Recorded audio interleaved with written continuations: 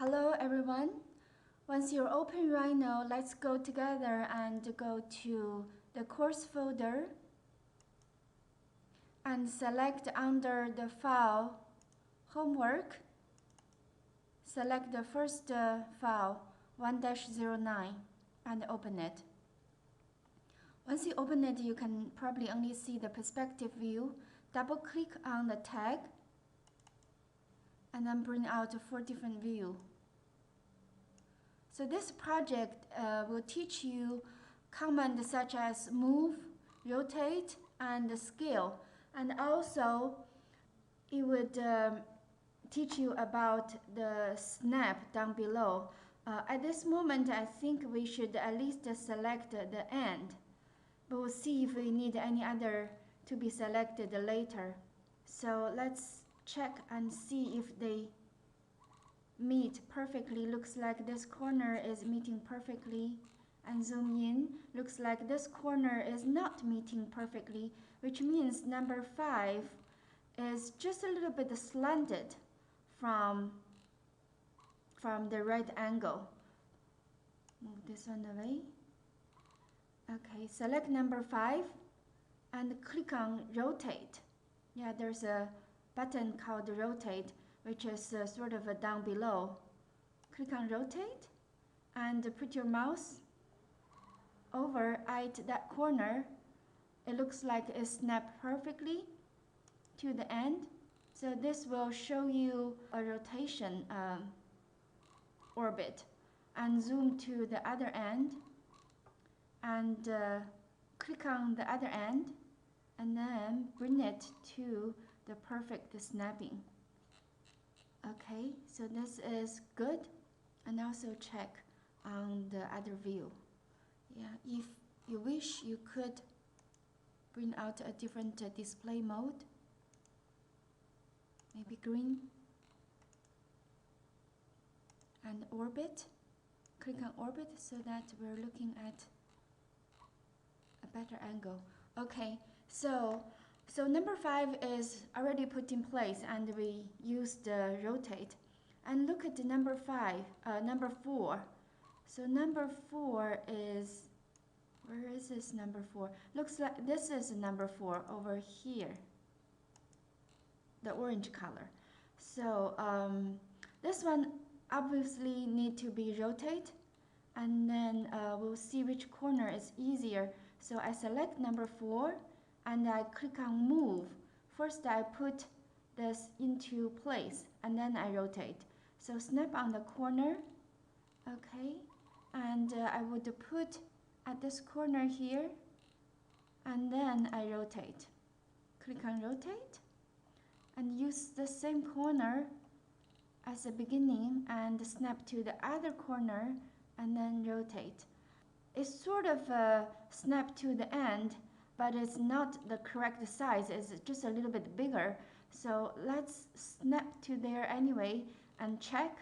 And you can see number 4 is actually bigger. So we need to also scale and to shrink the size. So scale is here at the bottom, the first 2 bar. So I would say we scale. I do not know, there's a different type of a scale. There's a 3D scale, there's 2D scale, there's a 1D scale. Yeah, so we need to see, looks like this is probably a 3D scale because this object is also taller than the other object. So let's first use 3D scale.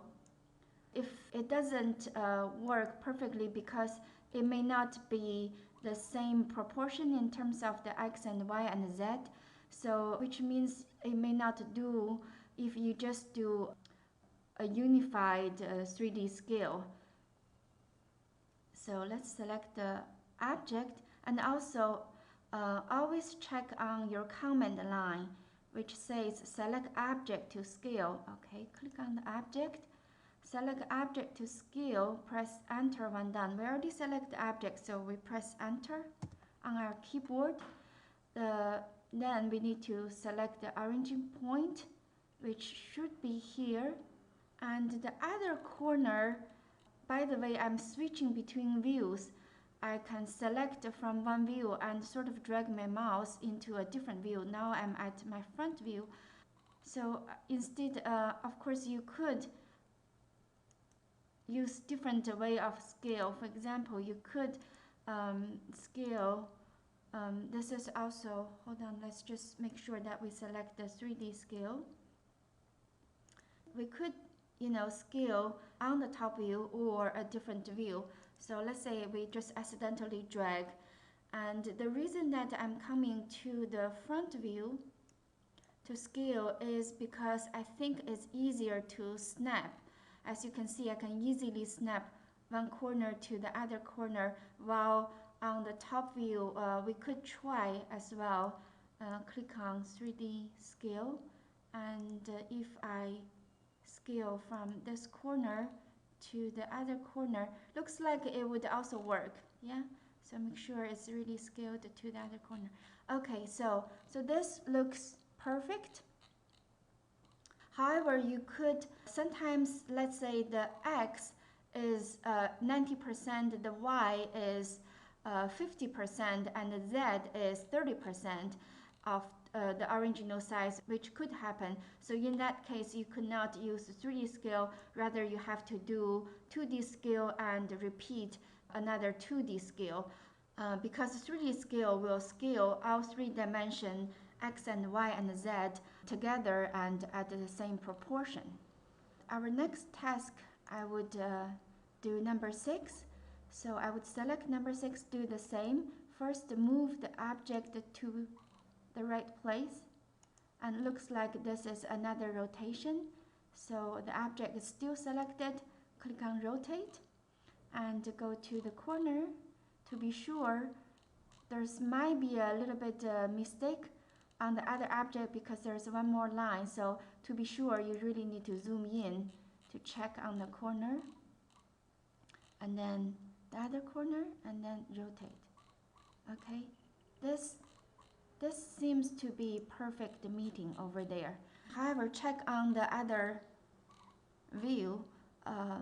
There's one object, there's this object which is number 3 right here, is at the wrong height. We'll come to that later. So number 6 is fine. So number 8 might be easy, might just be an easy move. Click on move and snap to the right corner and check. Looks fine. Number 7 is probably another rotate and move. Just repeat the same procedure.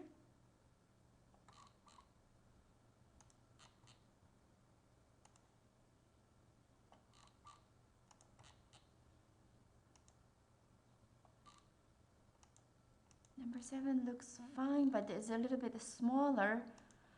Number 7 is smaller, but is only in terms of X and Y. So it looks smaller on the top view, however, is correct on the front view, means the height is okay. So in this case, we really need to do just a 2D scale. In reality, number 7 needs only a 1D scale. So if you do a 2D scale, it would stretch both directions and would make number 7 look wrong for its position. So 1D scale. We need to scale. We also need to shrink in terms of the Y. So let's do a 1D scale. Or probably we could do 2 1D scale. That would work. So I snap to this corner and that corner, and then I bring it to the right height. Okay, so that looks perfect now. Okay, the last object, number 9. Okay, first move, same thing, move. Okay, to the corner, and then let's rotate. Looks fine. And also it actually looks fine for this object number 9. Yeah, the number 9 is fine. So now let's fix the little tiny problem with number 3. Yes, yeah, that's the number 3. So the number 3 is a little bit taller, so let's think about it. where the corner is meet, and looks like it is also a little bit slanted. Yeah, so this object seems to be quite challenging. So it's meeting at that corner and it's not meeting here. So maybe is the right height is just not in line with the other object. So probably I should. So let's say if you want to repeat your previous comment, you press enter. So in that case, the rotate is selected again. So I don't have to always go back to rotate. If I select rotate and then I press escape, means I'm really not selecting this comment, but then I decide, yes, I still need to rotate, I press enter. That will repeat the previous selection of comment. So I select that corner and I also select this corner right here, and then I just rotate a little tiny bit.